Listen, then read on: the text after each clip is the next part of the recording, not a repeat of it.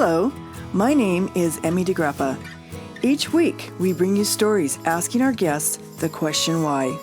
We learn about passion, purpose, and the human experience. Brought to you by Wyoming Humanities with the generous support of the Wyoming Community Foundation. This is What's Your Why?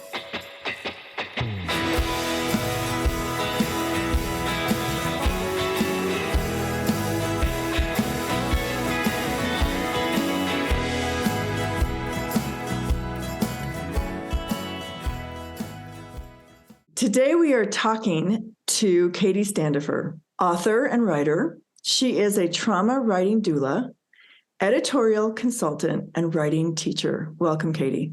Thank you so much for having me. Yeah, I love that I get to talk to you today.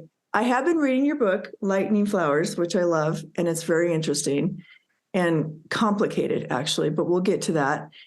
But one thing I wanted to ask you is, where did you grow up? So I grew up in the Chicago suburbs on the northwestern side of Chicago, a little place called Arlington Heights. And it was not a place that I loved. My mom won't be sad to hear me say that, but she won't be surprised. My parents started bringing us west when I was very young in a minivan to ski, sort of draped all over the floor of a hotel room. And so I fell in love with the West at a pretty young age. And I first came to Jackson when I was 14 on a family trip. And the next summer ended up doing a backpacking trip down in the Wyoming range for 3 weeks, and then back up here for a few days of kayaking on the Snake and a summit of the Grand Teton. And during that summer, I just really fell in love with what this ecosystem is and what it feels like to be in a place that is still so functional as an ecosystem. You know, my experience growing up in suburban Chicago, even though there are a lot of really good people involved, is just that I had this wild heart, and the land around me was constantly undergoing processes of industrialization. I grew up in an area where now it's pretty much strip malls and big box parking lots and tract homes for hundreds of miles. And it doesn't stop till the Wisconsin border. A lot of the old farmland is gobbled up. A lot of the marshes and bogs and hardwood forests are gone. So I just grew up as a child with this sense of deep ecosystem loss. And I've always wondered if I would have ended up staying in the Midwest, if that place were a little bit more intact, that sometimes what we are attracted to about a place like the West is the fact that there's so much public land. And so we can experience that place differently. But I really had trouble in Chicago. I would see a for sale sign on a lot and just start crying because I understood that all of the trees on that property would be gone. So that is truly interesting to me, because since you were really young and coming out to the West and camping and hiking, and gosh, you even got to climb the Grand. I haven't even done that yet, but it's because I'm a big chicken. But so it's interesting that you already had an outdoor spirit, let's say. You already had a desire and a love for the outdoors. And who inspired that love? I mean, was it your parents because they brought you out here and you spent some growing up years out in the West? It was my parents, absolutely. My mom had grown up skiing mostly in Colorado, and so she was really the one who pushed making that a family priority and saving up for those vacations.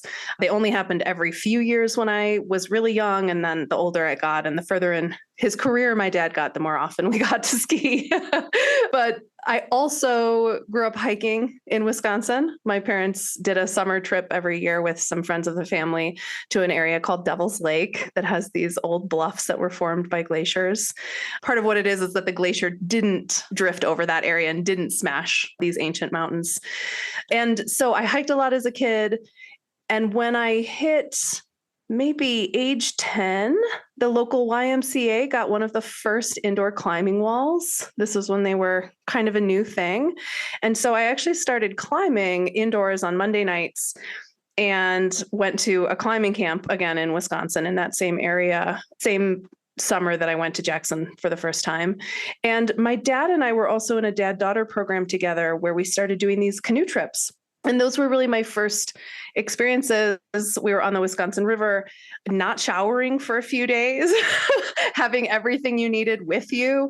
So that was something that was kind of slowly getting just folded into me. And it really fit my personality. I was not one of the girls after a certain stage who wanted to like work on her eyebrows or wear a ton of makeup. I really wanted to be a wilder type of being.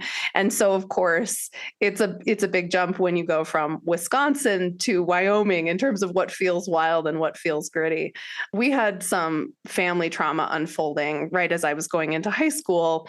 And when I ended up signing up for this backpacking trip, my dad wanted me to do one that was only 14 days.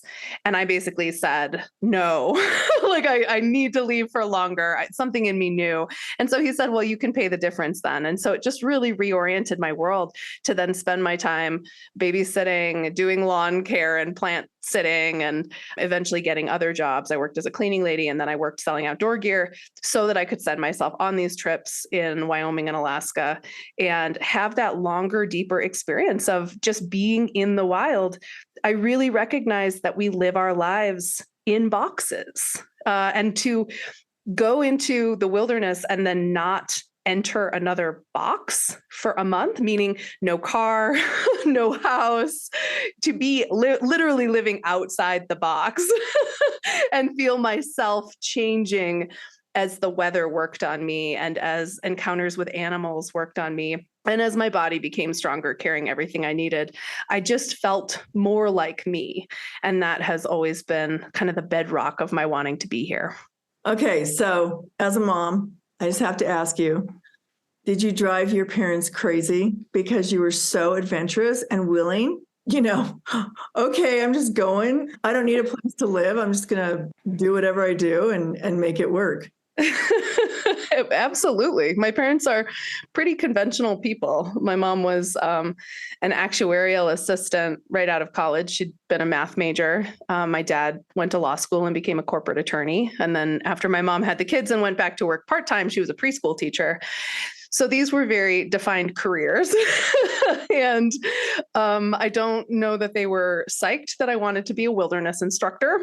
When I graduated college and started instructing skiing for Jackson Hole Mountain Resort, they were joking that they were getting their money's worth on ski school faster than college in terms of like job training and the money in and money out.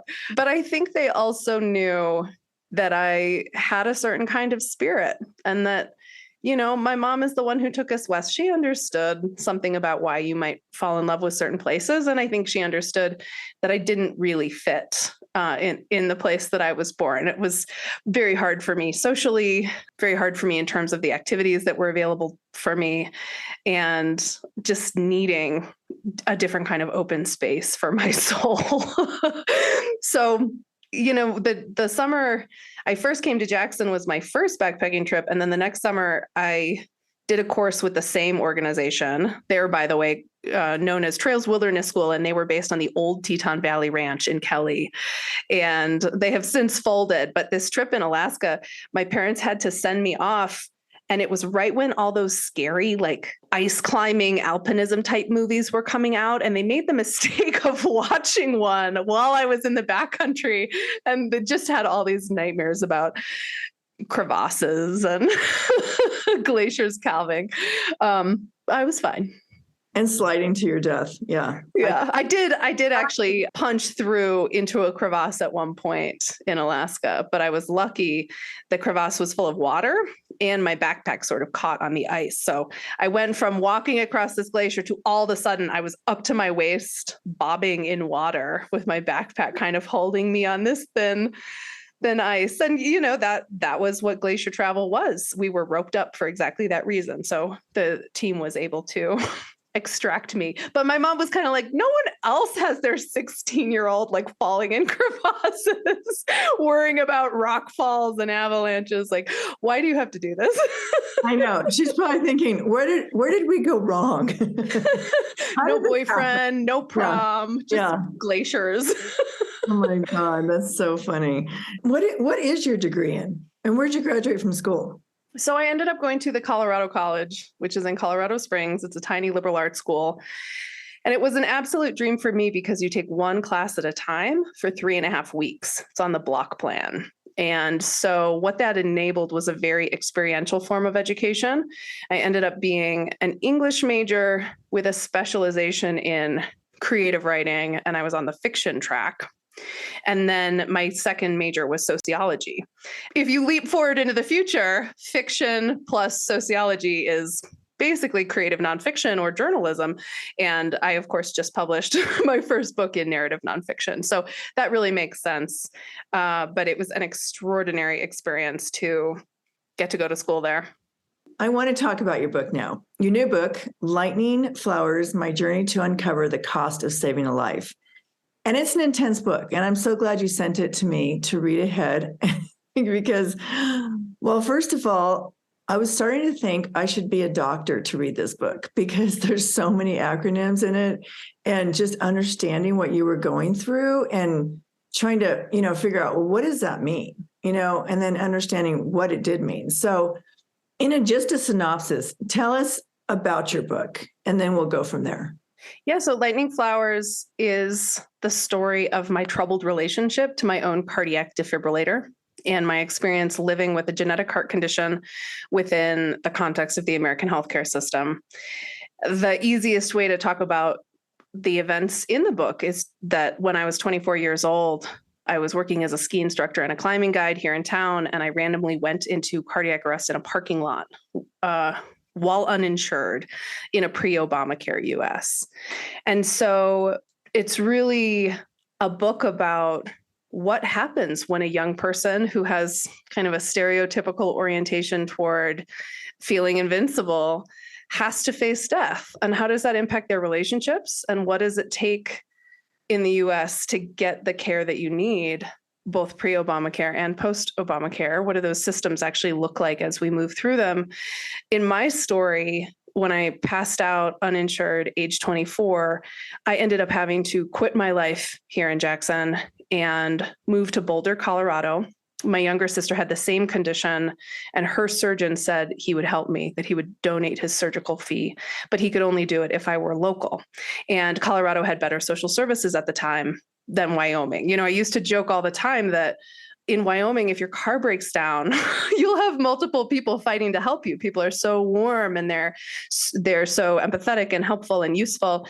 And also, there is a real individualist streak in Wyoming, and we didn't have systems on a statewide basis that I could turn to at that moment in my own healthcare. And so I had to leave. And so I went to Colorado, and the book tells the story of having my first heart surgery, and 6 months later, going septic, almost dying of sepsis, having a breakup kind of as a result of all of the strain that my relationship went through during that crisis. And later on in the book, that story transforms a little bit because I do have insurance through the Affordable Care Act. And yet it's a really complex thing to get the care I need in the way I need it, the way the systems are set up. And so I hope that the book helps people think through, what does it actually mean when we ask for access to healthcare? What does it actually mean to get care and to feel cared for? And what does it cost us, both financially and actually in terms of the health of our bodies, when we have to actually wrestle a system in order to get care in certain circumstances? But the book is also much, much broader than this, in that one of the things I got very interested in really when I was in grad school in 2012, 2013, I had this crazy thing happen to me that is what kicks off the book. My cardiac defibrillator that I had implanted in Boulder in 2009, it started shocking me unexpectedly. And that happened because of an error in my settings. Like, okay, cyborg problems. And I took 2000 volts to the heart while I was on this soccer field at an intramural grad school game. And in the moments afterward, I found myself smelling my own burned tissues and really thinking about this piece of metal that was inside me that had been billed for me as something that could save my life. And cardiac defibrillators do save many lives. My younger sister's life has been saved by hers. But in my case, I was beginning to wonder, what if this thing causes more problems than saving my life? And also, where did this metal in my body come from? And is it possible it came from a scenario like conflict minerals or some other human rights or ecosystem issue where my life is saved, but other lives are negatively impacted? And that's kind of an impossible question to ask within a global supply chain where we're not very good at tracing things. A lot of companies at that time, especially, didn't really know what was in their products, where the raw ingredients were coming from. And so I went on a global journey to try to understand what it means to have this metal box with microelectronics in my body. And so Lightning Flowers is not just a reckoning with the defibrillator sort of in my personal story in terms of healthcare and relationships and my body, but it's also the story of the cardiac defibrillator and its roots. And this question of what does it mean to save a life? What does it cost elsewhere? What does it cost me? And when is my life saved? What do we do when medical technology or healthcare systems have negative impacts on lives? Just to go back a little bit, because this was really interesting to me. So this is a genetic condition. It is a genetic condition. It's called long QT syndrome. And if you think about the heart, it is an electric organ. There's something called the sinus node, which is known as the heart's pacemaker. And the sinus node generates signals that tell other parts of the heart's tissue when it's time to beat. And so each time the heart beats, there's actually a period of repolarization where the heart prepares to beat. And then the sinus node sends a signal and all the different parts of the heart beat. And theoretically, they're synchronized enough that the heart pumps oxygenated blood out to all the different parts of the body that need it. With long QT syndrome, we can have a problem in the repolarization interval of the heart. It has to do with the potassium ion channel. This is like very geeky electric genetic stuff. I see electrophysiologists, meaning the plumbing of my heart is fine. It's the electrical system. And basically, with type 2 of long QT syndrome, we can see the repolarization interval of the heart getting kind of elongated, meaning when the heart is supposed to beat, certain parts of it are ready and some parts of it aren't ready. It's not synchronized. We end up with kind of a quivering action instead of actual pumping. And so that's when someone might pass out or actually be in cardiac arrest.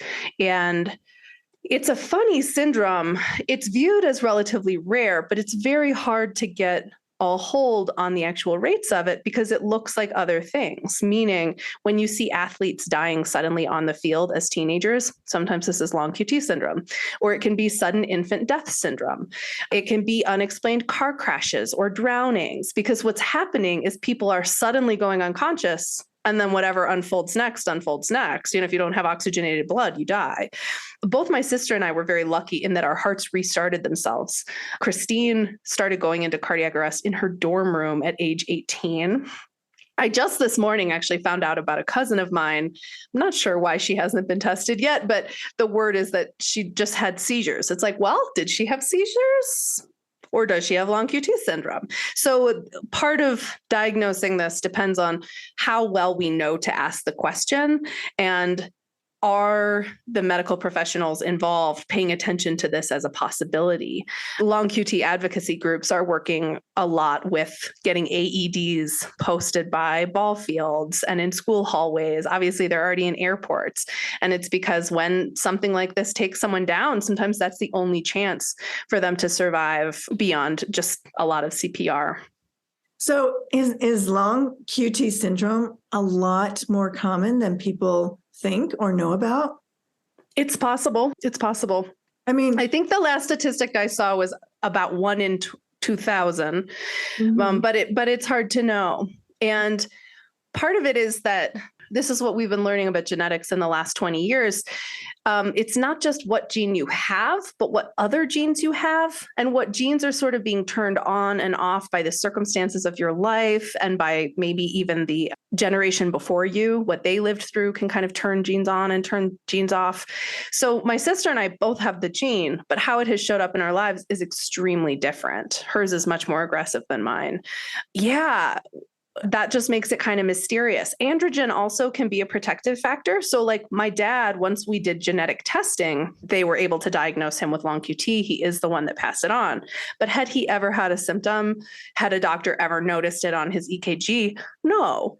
And so, yeah, just because you have it doesn't mean it will be dangerous. But if you don't know you have it and it is dangerous, it's extremely dangerous. I guess since your sister had it first, it wasn't a total surprise to you then. It wasn't. When I woke up in the parking lot, I knew.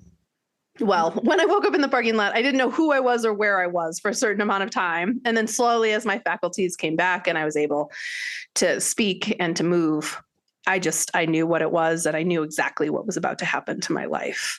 You know, when my younger sister did get diagnosed, my parents had wanted me to walk into St. John's Hospital and have an EKG done. And it was like, I'm uninsured. And they were like, well, we'll pay for it. And it was like, what 23-year-old on her day off just like goes into the hospital to ask for an EKG? I mean, I just had barely been to doctors at all at that point. I was so privileged in terms of how my body had functioned throughout my life. And I also didn't really understand the healthcare system. Because I came from a background of privilege, I had never seen people around me not have health insurance. And I'd never seen what happens when you don't have health insurance and you enter a health crisis. And so it was just sort of like an impossibility to me. On the other hand, I think I knew that if I did have it, a certain version of my life was going to be over. You know, I had been working in outdoor education and adventure sports for several years. Since I took the courses at Trails Wilderness School, I did their leadership course. I worked for them for a couple summers. I worked for other organizations here in town after that. And part of why I liked it was I always knew I was going to be a writer. And at normal jobs, I was not going to have the kind of time and attention I needed to write. And with these outdoor jobs, you could work a bunch all at once, get a big paycheck, and then spend the mud season writing. And so I understood immediately that if I needed a job that had health benefits, I was going to lose my writing life in the way that I knew it. And so there was a lot of kind of willful denial because I could not picture giving up these outdoor jobs and facing the fact that I would need to figure out insurance, which back then meant find a job that has insurance. On one hand, it's almost like you were still choosing a life path, even though, I mean, you didn't have insurance, but you were making those decisions. Like, if I make this decision, my life goes this way. And if I make this decision, my life goes that way. So even though you were having this trauma in your life with the QT syndrome and what had to happen to you, and even though you didn't have insurance, just kind of, I feel like in the back of your mind and in your heart, you're like, I don't want to give up what I want, even if I have this condition. The idea that getting diagnosed with a heart condition, especially one that has nothing to do with decisions that you've made, right? This is not a degenerative condition that is the result of, I don't know, eating burgers 6 times a week late in life, right? We all understand, like, we make choices and our bodies wear out in certain ways or accrue particular types of damage. If you ski a lot, you might have trouble with your knees. I mean, all of this makes sense. This was not that type of condition. This was so random. You know, I was one of the healthiest people I knew. I ran up mountains. I ate organic food. I was breathing this fresh Wyoming air and drinking from the top of the river. and yet here it was. And it was like, wow, getting diagnosed with this heart condition is going to both take me away from Wyoming, this thing I love most, and writing, the thing I love most. Mm-hmm. And it was, I think, a lot of what I try to write about in Lightning Flowers is the difference between the experience of a health condition and its impacts, mm-hmm. and the experience of a system that doesn't function. Because it was not inevitable that getting diagnosed with a heart condition would mean I would need to quit my life, move to a different state, give up this thing I love, take a different job. That's a very American story. That's the result of the systems we live in. That did not have to happen. And my younger sister having this condition, she was a college student. She was still on my dad's insurance. And you know what happened to her? She had the cardiac defibrillator placed, but she was still surrounded by the people she loved. She didn't have to stop going to school or something. There was something that functioned in where she was placed in the system that didn't function from where I was placed. And, it's very interesting to see now that I have made my way back to being a writer. I did get to write and publish a book, but I really wonder if all of that would have happened or how it would have happened without the Affordable Care Act, which, it should be clear from the way I talk about it, I don't view as a perfect law, but it did enable me to be an independent writer and still access health insurance as someone with a heart condition. I'm interested in that operation that they do on your heart and put in the defibrillator. Say that 10 times fast. What are the risks and how long does it take to recover? So a defibrillator implantation, with the way they usually do it, it's actually technically an outpatient procedure, which should not be lumped in with like super easy recovery, especially for the first one. But basically what they do, and folks who are maybe queasy, fast forward a minute or something, they make a little incision, usually above the left breast, and they have to carve a pocket for the cardiac defibrillator out of your pectoral. They basically have to make room. There's not naturally room in the body to just stick a big titanium chunk in there. And so they have to kind of make some room for it. And then what they do is they thread the wire down your vein and screw it into your heart. So defibrillator wires have a little corkscrew on the end, usually with a steroid inside it, so that when you screw it in, the tissue growth is encouraged. Because if you think about this as an engineering problem, hearts are beating all the time. If you have a low heart rate, it's beating 60 times a minute. And many of us are exercising and having far more beats than that. And so that is constant movement. If you think about like unwinding a paper clip and moving it back and forth, back and forth, back and forth, how long can you do that before it snaps? So people who engineered defibrillator wires had to think about, how do we put a wire in the heart that's going to be moving all the time that doesn't become immediately degraded? And so they thread it down the vein. They have the little corkscrew on the end. The steroid helps tissue grow to hold it in the exact right spot so that it can sense the heartbeat correctly, because you don't want it to be sensing incorrectly and then send unnecessary electricity to the heart. That's what happened to my younger sister after her first surgery. So she had to have a second surgery. They had to pull everything out and do it again. And so then you live with usually two wires, one in the ventricle and one in the atrium, that go up your vein to this box, and they sew up the incision. And theoretically, in the future, if your wire can last, you can replace that box and plug in the old wire to a new defibrillator. The battery used to last kind of 4 to 8 years. Now we're up to 4 to 10 years. That low end remains the same because it all depends on how much electricity you're using. And so if folks really have a heart problem where their device needs to do a lot of pacing of their heart or send big shocks often, they're just going to run out of battery a little faster. Mine tend to last the whole time because my heart condition is not very active now. And so then you asked about the recovery.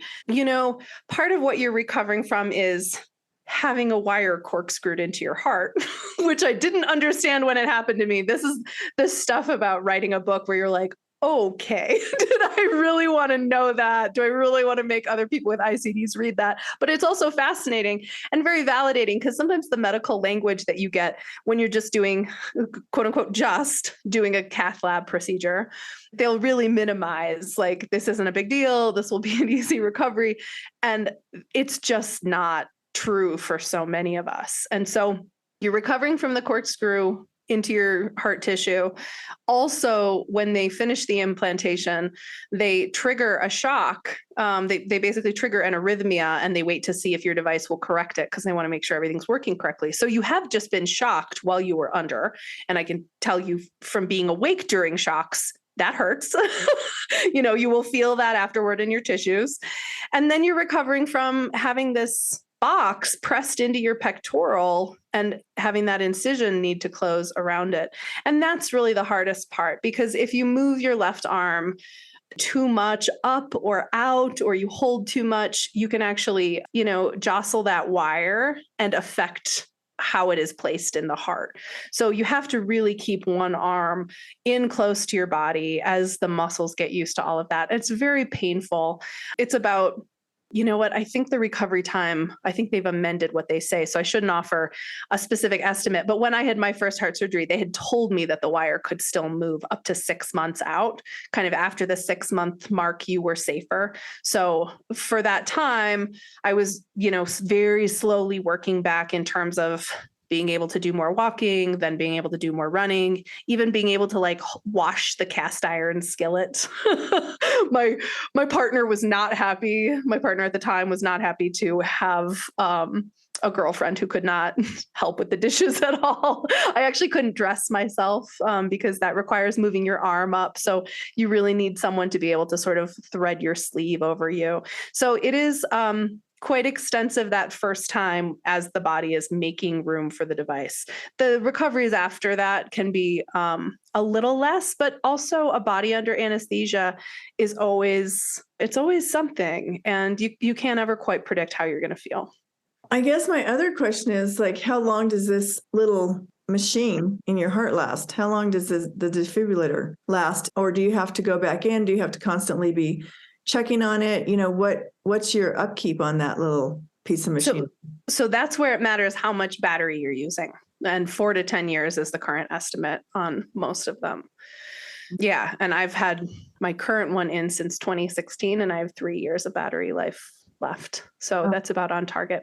Okay. So then after that, after your whole life changed and you had heart surgery, what was your real, desire to learn where it was made and what the metals were used, and your trips, where else did you go besides Africa? That was the main site for my research. Okay. Yeah. So I went to a brand new cobalt and nickel mine being carved out of the Madagascar jungle. And then I went to a titanium sands mine in the southeast of Madagascar. I visited a very old gold mine in South Africa that is now underneath a amusement park. It's funny because when you do these types of research missions as a writer, you never know what you're going to use. There's actually a whole trip I did to the Congo that's not in the book because it just wasn't the right kind of material. But there is a section in the book from Rwanda where I visited a tantalum mine kind of on the edge of the country near Congo. So yeah, I've always, as I spoke earlier, I've always been a certain type of person, from mourning trees in Illinois as a girl to I used to make my mom stay in the car if that Phil Collins song, Another Day in Paradise, was playing. It's basically a song where he's having empathy for people who are unhoused, who are really struggling. And I would just sit in the car and cry, and we weren't allowed to leave the car. So there's a certain connection that I have to the suffering of others and questions of social problems and how systems that we build collectively create and maintain social problems. That's something that I'm really interested in. That's the sociology side of my brain. And so at the time that I passed out, I was already very familiar with the work of Eve Ensler. She's a playwright who put out the Vagina Monologues. That's sort of her most famous work.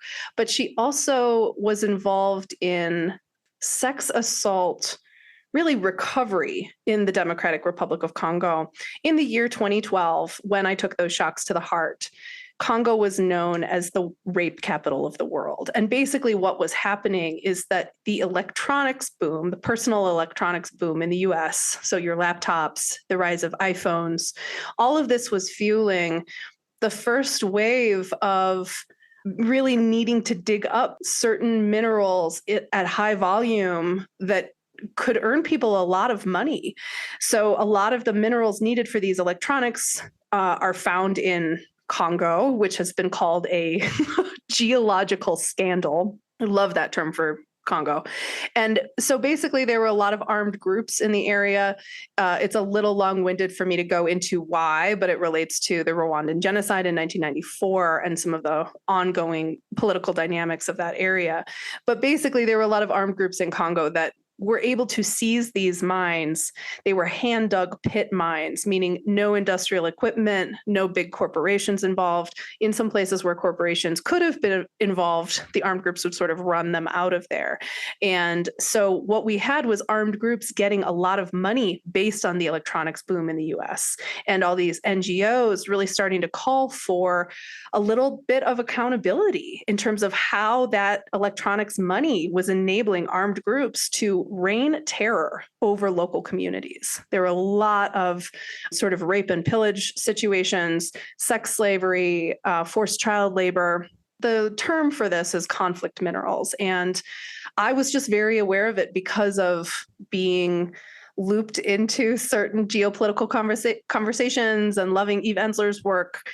And so I think that was kind of primed in me when I was lying there and smelling my own burned tissues and wondering if my life had been saved. Because when you've waited, at that point, I had had the device for about 3 years and it had been quiet inside me. And so I'd started to trust that it just wasn't going to go off. So then when it went off, it was like, well, did I almost die? Did it save my life? And if it saved my life, where did it come from? And what is my relationship to these other communities or ecosystems that enabled this to be in my body? And it was an interesting process that I walked because I sort of started with this worst case scenario. I first went to the defibrillator company, St. Jude Medical, which is the maker of the device in my body. I went to their factory first in Scottsdale, Arizona, and then in Sylmar, California, which is LA area. And talking to them, it just became really clear that we would never be able to find out what the exact device in my body had in it. But beyond that, I started thinking like, okay, this is one worst case scenario. What are the other scenarios? How much do I know about mining? And where are certain minerals coming from around the globe? And what's the diversity of situations that they're coming from? And how true is it that mines are, quote unquote, more environmentally sound in more Western countries versus not? What are the environmental regulations that are unfolding?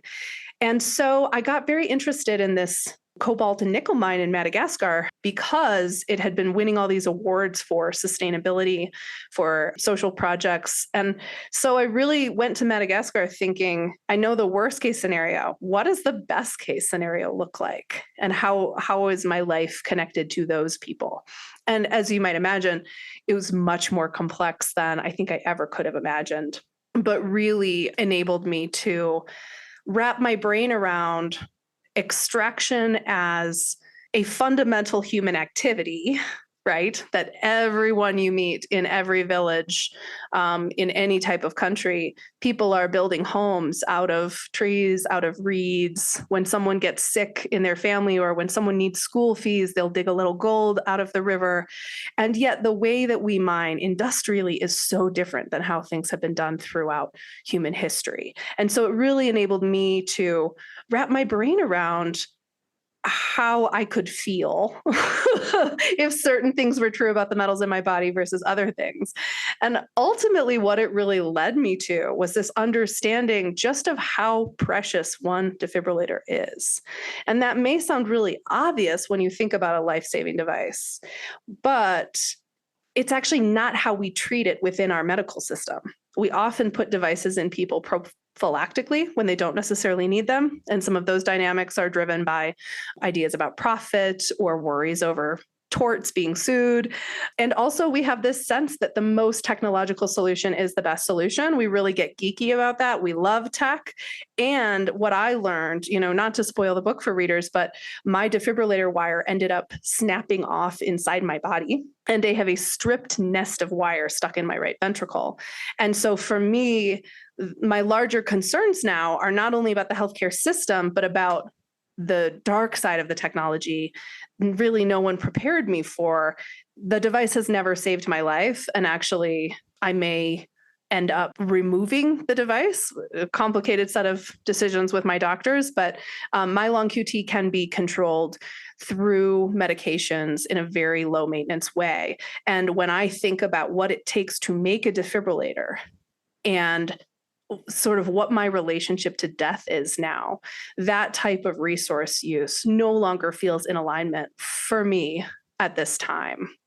And I'm very interested in how our industries can treat defibrillators as devices to potentially even reuse, because they take so much to make, and we really need to honor the gift that we're given in those resources. I could have a whole nother podcast with you on medicine and doctors and how they automatically will just put someone on a medication or, make people addicted to antidepressants, or I could just go on and on. But all of it. And so many don't go outside of their own box, like you were talking about boxes earlier. And find alternative ways for people to heal and live without a pill, for example, But in your case, instead of having the defibrillator, I'm never going to say this word. I'm going to practice it. Okay, I'll practice it, Katie. The ICD. Defibrillator. Oh my gosh. Anyway, what is a trauma writing doula? Yeah, first of all, it's a term I made up. Oh, okay. This is not like really, a thing. Okay. Yeah, I mean, I may need to slap a trademark on it. Better. Yeah. So a trauma writing doula, when I'm doing that work, I am helping nonfiction writers birth extremely difficult stories. And both the process of writing Lightning Flowers and the process of teaching other types of writing classes, namely about illness and sexuality, they really tutored me in the fact that you can't engage some of these topics on the page without confronting the reality of what trauma is in the body.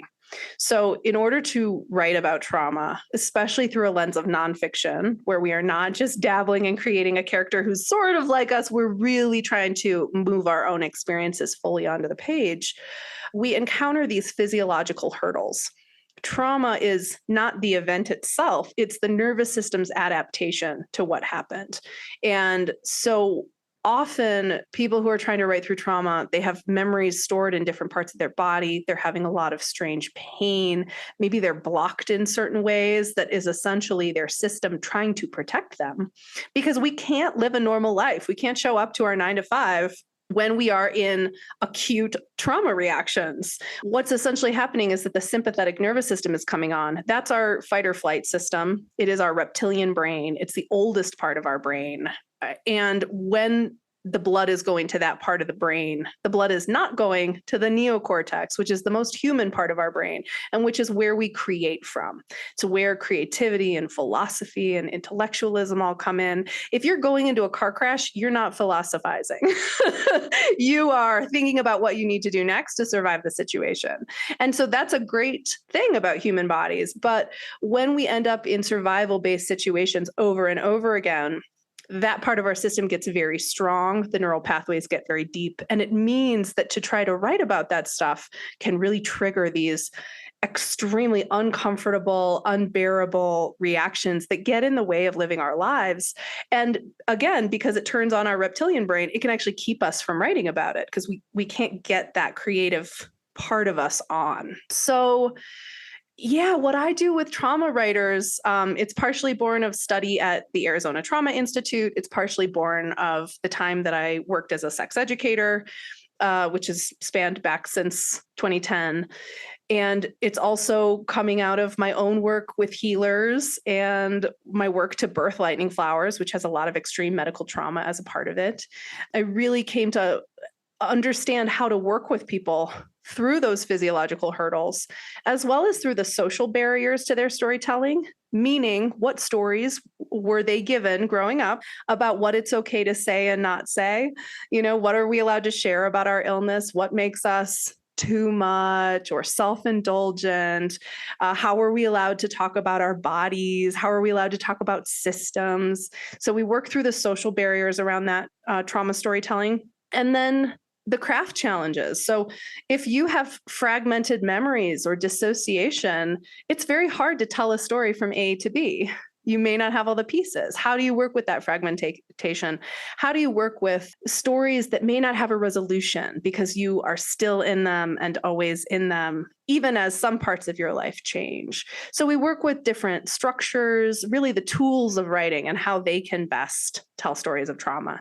And then the last piece is the spiritual invitations of writing about trauma. And this is something that I came to after a few years doing the work and really doing my own work as well. If you're going to sit down and confront certain stories on the page, it's going to change you. If you're really doing that physiological work of showing up to trauma processing somatically, and if you're really challenging the messages that you got around stories of sex assault or stories of illness or what it meant to be violated by someone in a certain way, even living through a natural disaster, as you wrestle with those things, as you reckon, as you put it on the page beautifully, it requires you to face yourself, to face certain truths, to have conversations with certain family members. And that is scary. That can actually make you a different person. And so in trauma writing doula work, it's differentiated from coaching in that I'm not interested in your word count, hitting the deadlines. What we're doing is really interacting in an underworld process of moving these powerful stories that the culture needs. They have such medicine, but they're really difficult and you shouldn't have to do it alone. That was excellent. For a lot of people, and I've read, and I know this for myself, actually, journaling is very important. Just writing down your thoughts on a daily basis. And that helps you get feelings out, or a lot of what we feel is how we see ourselves in the world. So we suppress many things. We don't think it's right, or maybe it is okay, or maybe you're too worried about what other people think about you. So I think people do practice a lot of suppression in their lives on a daily basis. And when you're out in the work world, you experience those interactions with people all the time, because some people you flow with, some people you don't have that kind of energy with, and you just kind of don't flow with, and you're always got, have your guard up. And I always wondered about that, because some people I meet and I instantly like them and enjoy them. And other people I meet and I instantly, like, whatever it is in our energy and our spirit, it doesn't feel good. Yeah, I think the trauma brain especially, and by that I mean sort of early life nervous system adaptations, it's so subtle that sometimes we're picking up energies we don't even realize we're picking up. Maybe there's someone in our office that makes us feel really just defensive all the time.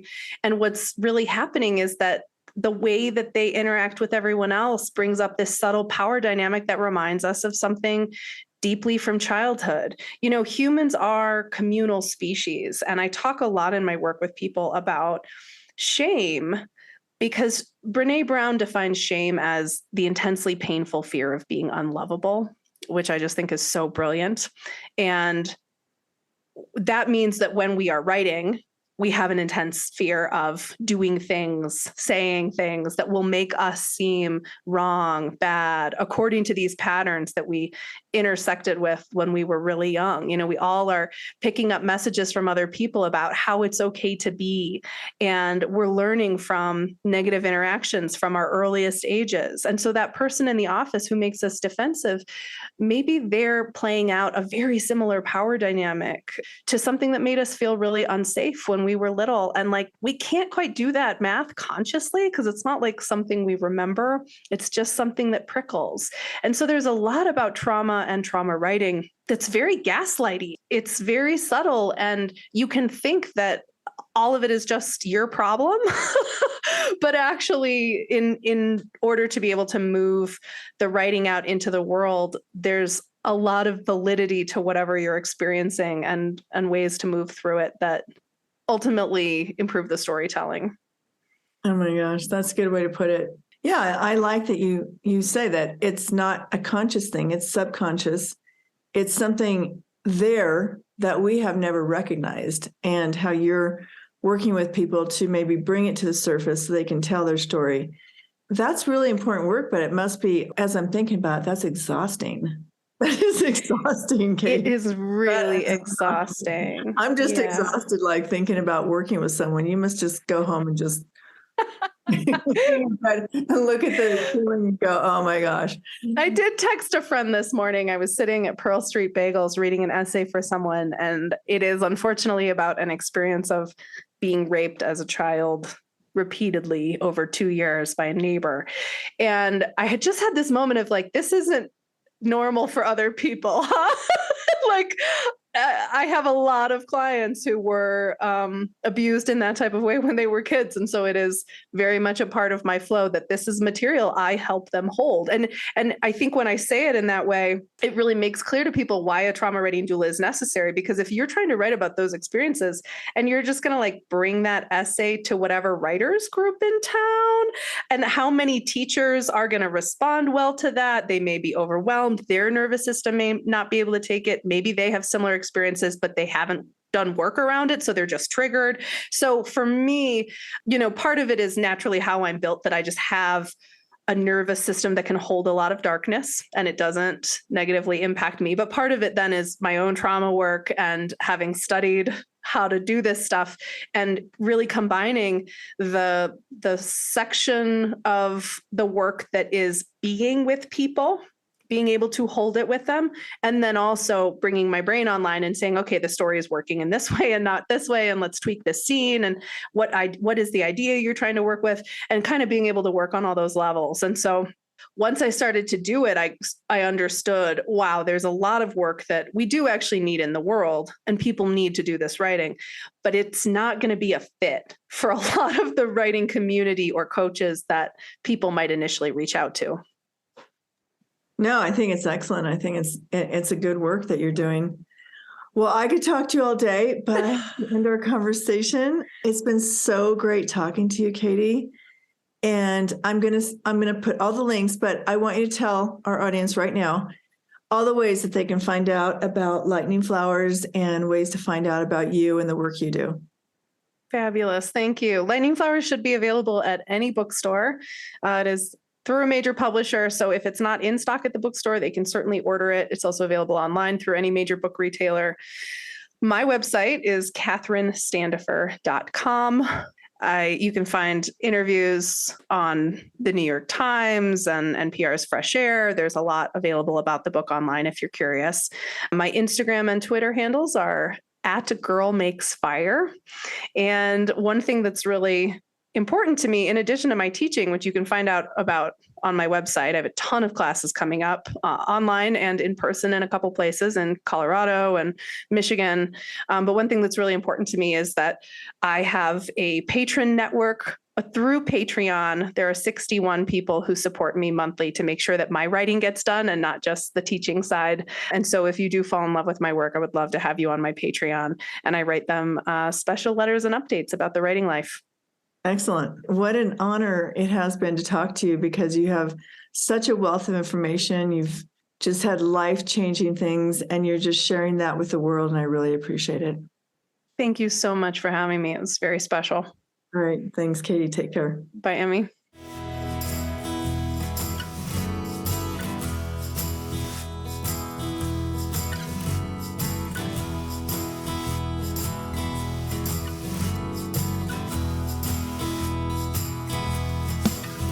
Thank you for joining us for this episode of What's Your Why?